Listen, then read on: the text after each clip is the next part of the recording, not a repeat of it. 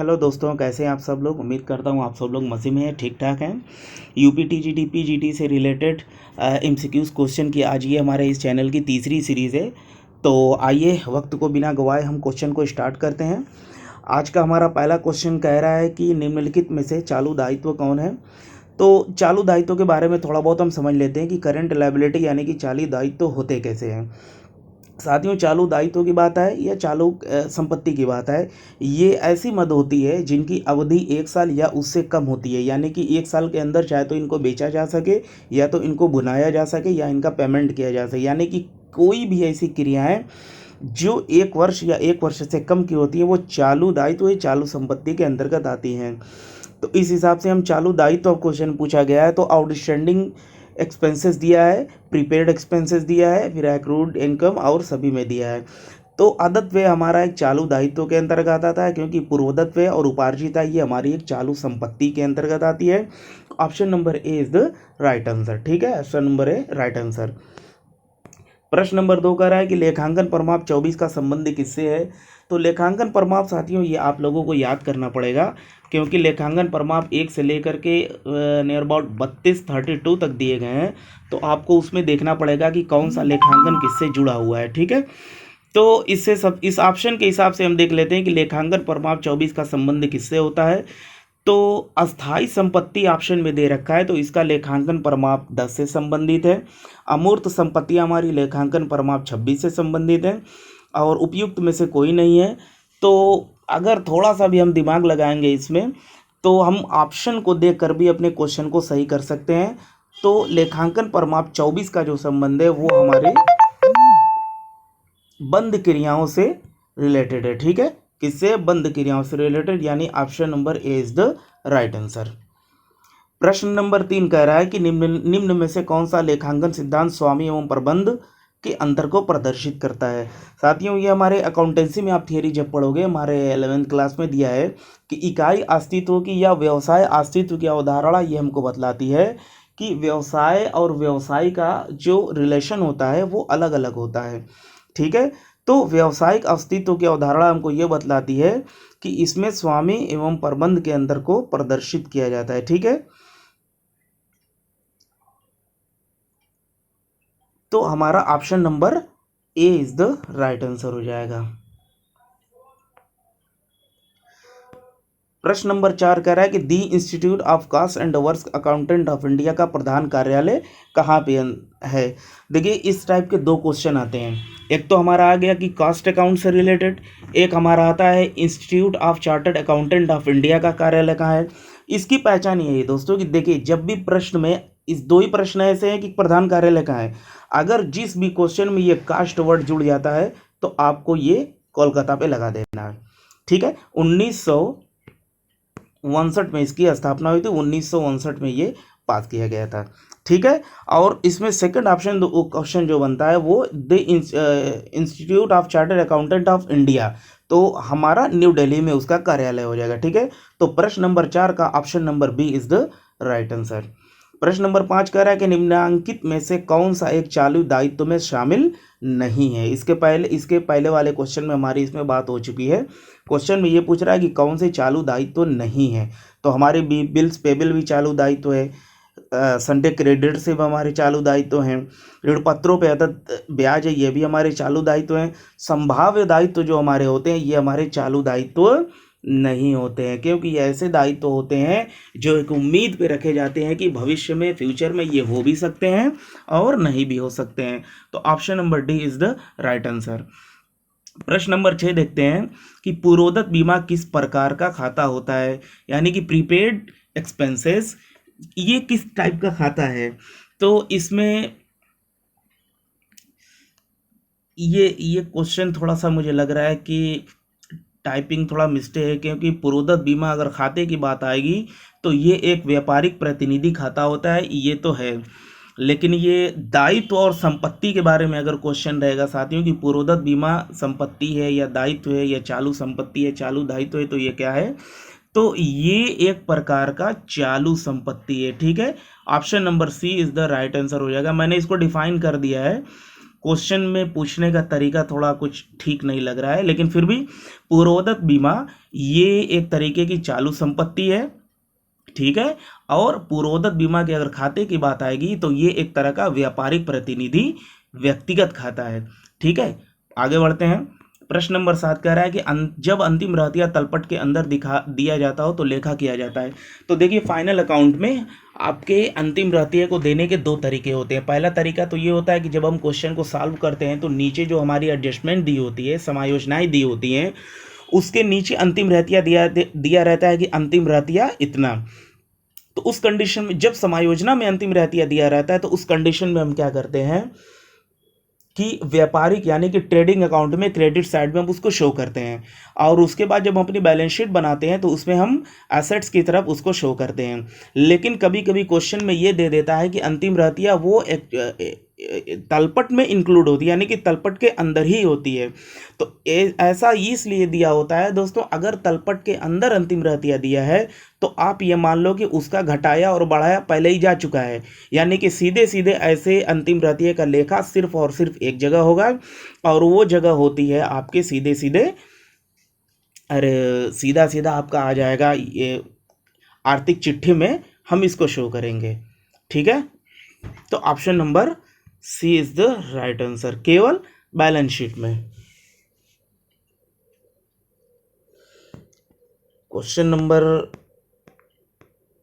8 कह रहा है कि निम्नलिखित में से कौन सा एक लेखांकन का कार्य नहीं है, यानी कि इसमें कोई चारों ऑप्शन में कोई ऐसा काम है कि जो हमारे अकाउंटेंसी के काम के अंतर्गत नहीं आता है। जैसे दोस्तों अकाउंटेंसी का देखिए काम क्या होता है, लेखे को रखना होता है, लेखे को लिखना होता है, आय और व्यय को जोड़ना घटाना, यानी लेखे से संबंधित सभी का सिर्फ काम किए जाते हैं। आइए ऑप्शन को पढ़ते हैं कि ऑप्शन नंबर 1 कह रहा है कि अभिलेखों को व्यवस्थित रूप में रखना, ठीक है।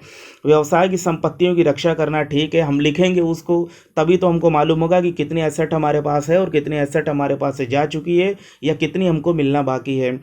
सी ऑप्शन है कि परिणामों को अधिकतम करना, और डी ऑप्शन है वैधानिक आवश्यकताओं को पूरा करना। तो ये तो है कि जब भी हम कोई बिजनेस करेंगे तो कुछ लीगल कार्यवाही होती है जो कि हमको वो पूरा करना पड़ेगा, और अगर बिजनेस ऐसा कर रहे हैं कि जिसमें गवर्नमेंट की परमिशन लेना ज़रूरी है तो वो भी कार्रवाई पूरी करनी पड़ती है। अभिलेखों को व्यवस्थित रूप में रखना पड़ता है, नहीं रखेंगे तो हम सालाना इनकम या अपने प्रॉफिट लॉस या ट्रेडिंग या बैलेंस शीट कैसे बनाएंगे। संपत्तियों की रक्षा भी करनी होती है। लेकिन हमारे अकाउंटेंसी का कहीं ये मतलब नहीं होता है दोस्तों कि हम अपने लाभ को बढ़ाएं। हम अपने लेखे जोखे करके हम अपने लाभ को नहीं बढ़ा सकते हैं। लेखा जोखा करके सिर्फ अपने व्यापार की क्रियाओं को मेंटेन कर सकते हैं कि क्या आया क्या गया, ठीक है। तो इस हिसाब से हमारा option number C is the right answer हो जाएगा, ठीक है। परिणामों को अधिकतम करना ये लेखांकन के अंतर्गत नहीं आता है। प्रश्न नंबर 9 कह रहा है कि स्वामी द्वारा अपने निजी उपयोग हेतु व्यवसाय से माल निकालने पर क्रेडिट किया जाएगा। इसमें बहुत सारे लोग गलती कर देते हैं दोस्तों, क्योंकि अधिकतर लोग तो यही जानते हैं कि परचेज कभी क्रेडिट होता ही नहीं है, ठीक है। लेकिन अकाउंटेंसी में कुछ ऐसी दशाएं हैं जहाँ पे परचेज को क्रेडिट होना पड़ता है, उससे भी पहले एक मद आ जाती है। जैसे कि माल जल करके नष्ट हो गया, माल हमारा चोर लेके चला गया, या इस तरीके का नुकसान हुआ और निजी उपयोग के लिए हमने माल निकाला है, तो निजी उपयोग के लिए माल निकाले या पैसा निकाले, अकाउंटेंसी फील्ड में ऐसी चीज़ों को या ऐसी क्रियाओं को हम ड्राइंग के नाम से जानते हैं। तो इस कंडीशन में ड्राइंग DR2 परचेज अकाउंट होता है और हमारा क्रय खाता जो है वो क्रेडिट हो जाता है, ठीक है। तो option number B is the right answer. क्रय खाता हमारा क्रेडिट होगा और ड्राइंग खाता हमारा डेबिट होगा। और ड्राइंग जो है ये एक प्रकार का व्यक्तिगत खाता है। अगर ऑप्शन में दे रखा है कि व्यक्तिगत प्रतिनिधि व्यक्तिगत खाता है तो वो सही होगा, और नहीं तो अगर नहीं दिया है तो व्यक्तिगत खाता ही हमारा होता है। क्वेश्चन नंबर 10 कह रहा है कि चार्टर्ड अकाउंटेंट अधिनियम कब पारित हुआ था। ये भी बहुत इंपॉर्टेंट क्वेश्चन है दोस्तों।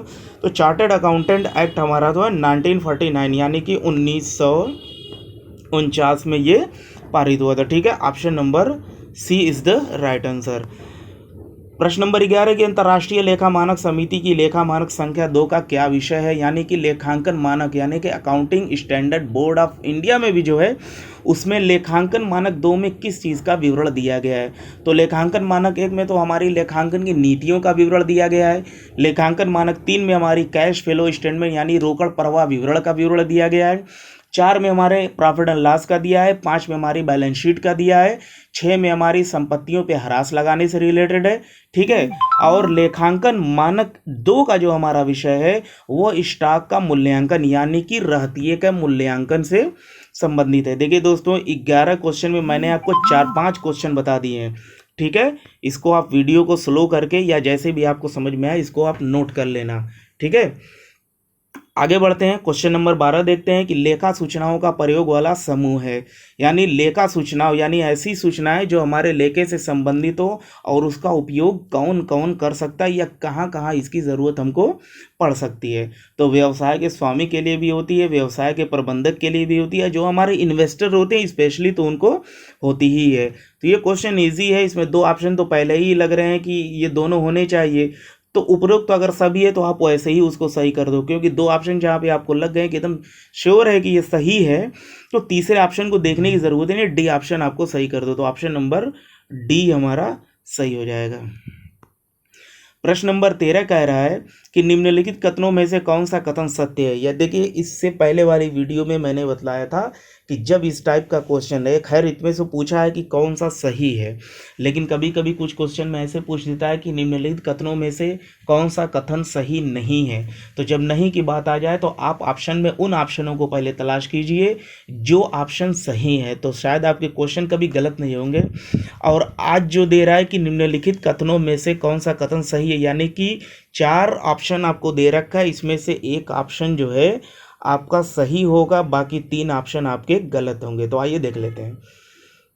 पहला हमारा ऑप्शन कह रहा है कि भवन खाता एक वास्तविक खाता है, बी कह रहा है कि अदद किराया खाता वास्तविक खाता है, सी कह रहा है कि प्रत्येक डेबिट का एक क्रेडिट अवश्य होता है, आय को डेबिट किया जाता है। तो साथियों, ये क्वेश्चन बहुत इजी है लेकिन उतना ही मुश्किल है इसको समझना। सबसे पहले तो हम इसको तब समझ पाएंगे जब हम पर्सनल अकाउंट, रियल अकाउंट और नॉमिनल अकाउंट के तीनों की डेफिनेशन अगर हम जानते रहेंगे, तभी जा करके ऐसे क्वेश्चन को हम हल कर पाएंगे।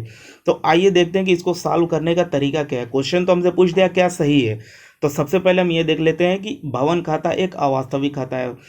ये आपको मालूम होना चाहिए कि हमारे व्यापार की जितनी भी एसेट होती है वो सब रियल अकाउंट होती है, ठीक है। तो ये ऑप्शन तो ऐसा ही गलत हो गया है। अवास्तविक खाता यानी नॉमिनल अकाउंट हमारा फर्नीचर बिल्डिंग कभी हो ही नहीं सकता। इस जितनी भी हमारी एसेट होती है ये सब हमारी रियल अकाउंट के अंतर्गत आती है, तो पहले ही आप इस पर रॉन्ग बना लो, ठीक है। बी कह रहा है कि अदद किराया खाता वास्तविक खाता है। अभी इसी वीडियो में ऊपर बात हुई है, अदद किराया हो, पूर्वोदत किराया हो, उपार्जित आय हो, अनुपार्जित आय हो या ड्राइंग हो या हमारी कैपिटल हो, ये 6 के 6 हमारे प्रतिनिधि व्यक्तिगत खाते यानी कि किसी एक व्यक्ति का प्रतिनिधित्व करते, इसलिए हमारे ये प्रतिनिधि व्यक्तिगत खाता है या व्यक्तिगत खाता है। तो इसमें ये दे रखा है कि आउटस्टैंडिंग रेंट जो है ये हमारा रियल अकाउंट है, तो ये तो ऐसे ही भी गलत हो गया क्योंकि ये हमारा पर्सनल अकाउंट है, व्यक्तिगत खाता है। सी कह रहा है कि प्रत्येक डेबिट का समकालीन एक क्रेडिट अवश्य होता है। यस दोस्तों, ये ऑप्शन सही है क्योंकि दोहरा लेखा प्रणाली के अनुसार उसमें यह स्पष्ट कहा गया है कि हर डेबिट का एक क्रेडिट होता है और हर क्रेडिट का एक डेबिट होता है। डी ऑप्शन बोल रहा है कि आय को डेबिट किया जाता है। ये तो जब तक हमको मालूम नहीं रहेगा नॉमिनल अकाउंट के बारे में तो ये क्वेश्चन हम सही नहीं कर पाएंगे। तीनों खातों के बारे में नहीं, हम जानते हैं कि हमारे व्यापार से संबंधित नॉमिनल अकाउंट हमारा ये कहता है कि हमारे व्यापार में जो भी खर्चे होते हैं और जो भी हानियाँ होती हैं, यानी कि जो भी लॉस होते हैं, जो भी एक्सपेंसेस होते हैं, उनको हम प्रॉफिट एंड लॉस अकाउंट में डेबिट करते हैं। और जो भी इनकम्स होती हैं जैसे प्राप्त किराया हो गया और प्राप्त ब्याज हो गया, प्राप्त कमीशन हो गया, यानी व्यापार से रिलेटेड जितनी भी इनकम्स होती है हम उनको पीएल अकाउंट में उसको क्रेडिट साइड में शो करते हैं। तो यहाँ पर डेबिट साइड लिखा है, तो ऑप्शन नंबर हमारा यहाँ पर सी इज़ द राइट आंसर हो जाएगा कि प्रत्येक डेबिट का समकालीन एक क्रेडिट होता है। ये हमारी दोहरा लेखा प्रणाली के अनुसार होता है। प्रश्न नंबर 14, एक व्यापारी द्वारा अपने व्यवसाय से कुछ माल निकालकर नमूने के तौर पर बांटने का लेखा किया जाता है। देखिए दोस्तों, ऊपर एक क्वेश्चन अभी आ चुका था बट उसमें ये दिया था कि स्वामी ने व्यापार से माल निकाला। यहाँ पे स्वामी 2 काम कर रहा है। पहला काम तो ये कर रहा है कि वो तो अपने व्यापार से माल को निकाला, ये एक तरीके का उसके लिए नुकसान है, लॉस है क्योंकि उसने माल निकाला। और दूसरा काम यहाँ पर ये कर रहा है कि वो बांट भी रहा है, ठीक है, एडवर्टीजमेंट के लिए बांट भी रहा है। तो सबसे पहले तो हम ये काम करेंगे कि जैसे परचेज में हमने ड्राइंग को घटा, ड्राइंग जब कोई होती है तो परचेज में तो हम माइनस कर लेते हैं, तो सेम वहीं पे काम करना है हमको कि इसको लेखा करने के लिए सबसे पहले हम व्यापार खाते में से इसमें परचेज में से माइनस करेंगे। उसके बाद चूंकि माल को बांट भी रहा है तो जो भी हमारे नुकसान होते हैं, लॉस होते हैं, व्यय होते हैं, हम उनको व्यापारिक दृष्टि से पीएल अकाउंट में डेबिट करते हैं। तो व्यापार खाता एवं लाभ हानि खाता में इसको शो करेंगे। ठीक है, तो ऑप्शन नंबर सी हमारा राइट आंसर हो जाएगा। प्रश्न नंबर 15 कह रहा है कि व्यवसाय व्यापार के प्रति होता है। देखिए दोस्तों, ये बहुत बहुत बहुत इम्पोर्टेंट क्वेश्चन है और ऐसा ये क्वेश्चन है कम लोग यहाँ पहुँच पाते हैं। मतलब ओवर कॉन्फिडेंस में भी यहाँ पर गलती हो जाती है कि एक व्यवसाय है, अरे यार वो अपने व्यापार के प्रति क्या होगा, व्यापार तो उसी का है। लेकिन दोस्तों ये आपको मालूम होना चाहिए कि व्यवसाय की या इकाई अस्तित्व अवधारणा हमको यही बतलाती है कि व्यवसाय और व्यवसाय का जो मालिक होता है, जो स्वामी होता है, इन दोनों का संबंध अलग अलग होता है। अगर व्यवसाय से मालिक पैसा निकालता है तो उसको व्यवसाय में पैसा रखना पड़ेगा, ठीक है, तभी तो गाड़ी चल पाएगी, वरना वो हमेशा ऐसे ही पैसा निकालता रहा, अपनी चीज़ों को यूज़ करता रहा तो एक ना एक दिन वो व्यापार ख़त्म हो जाएगा और व्यापार कभी लाभ कमा के अपने मालिक को नहीं दे पाएगा।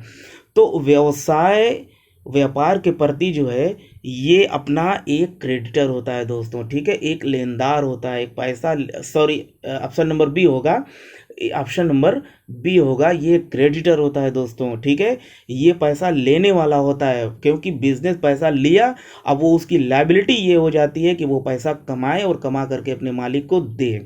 ठीक है, तो यहाँ पर option number B is the right answer हो जाएगा। व्यवसाय जो है अपने व्यापार के प्रति एक क्रेडिटर यानी कि एक लेनदार होता है।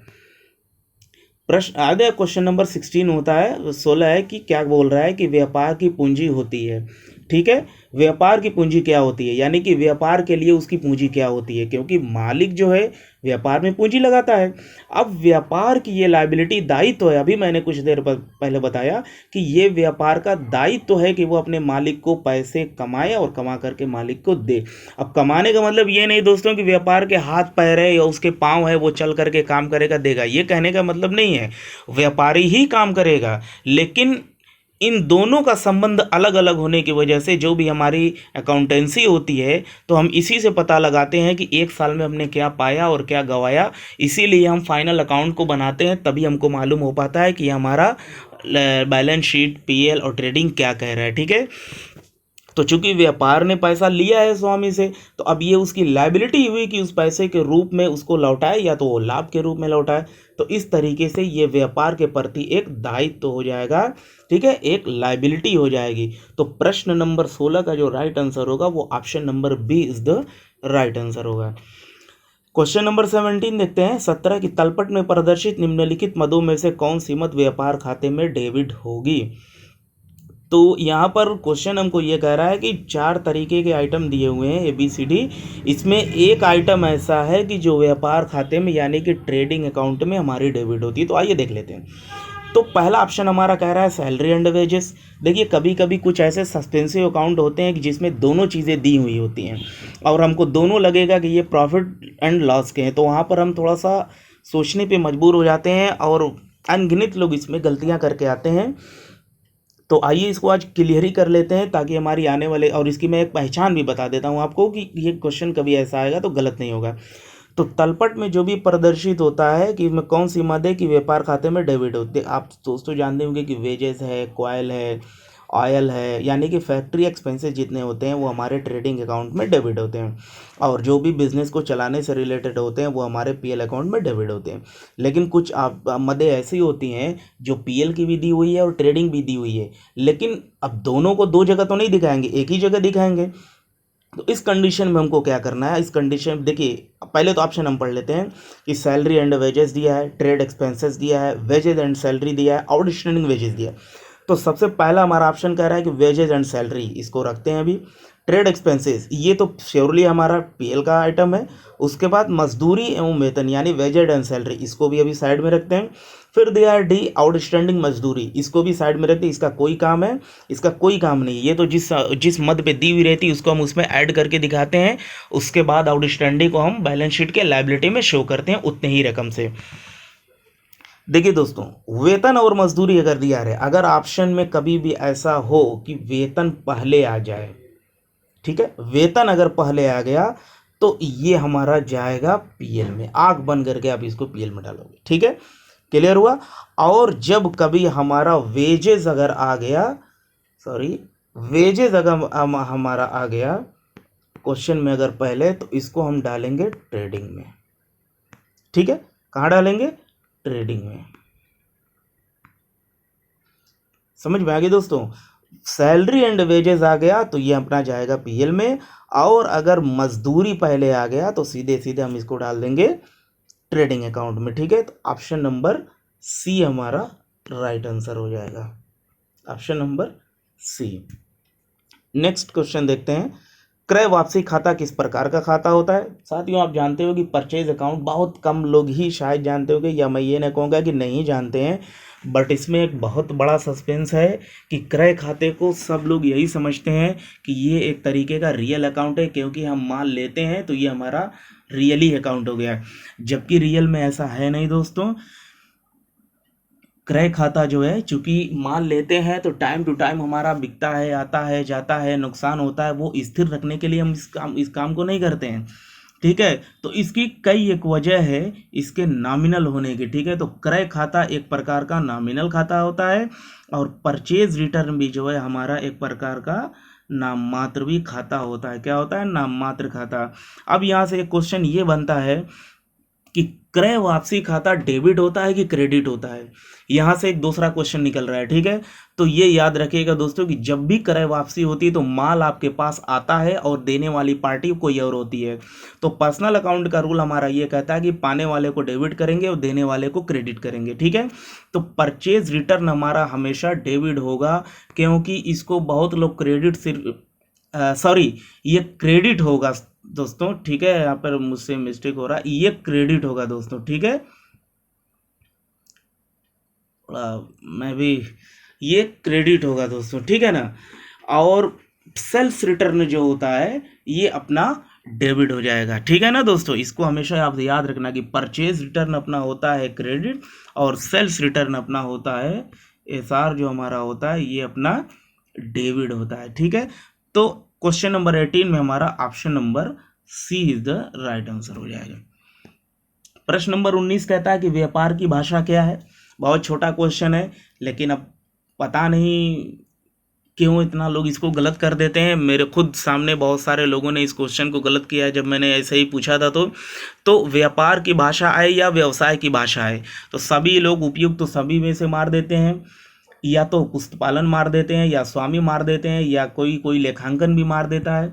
तो इसमें क्या होता है कि व्यापार या व्यवसाय की भाषा सीधे सीधे अपनी क्वेश्चन नंबर 19 का जो है आंसर नंबर बी होगा। लेखांकन जो है हमारी व्यवसाय या व्यापार की भाषा होती है, ठीक है दोस्तों। ऑप्शन नंबर सी हमारा इज द राइट आंसर हो जाएगा, सॉरी बी हमारा राइट आंसर हो जाएगा।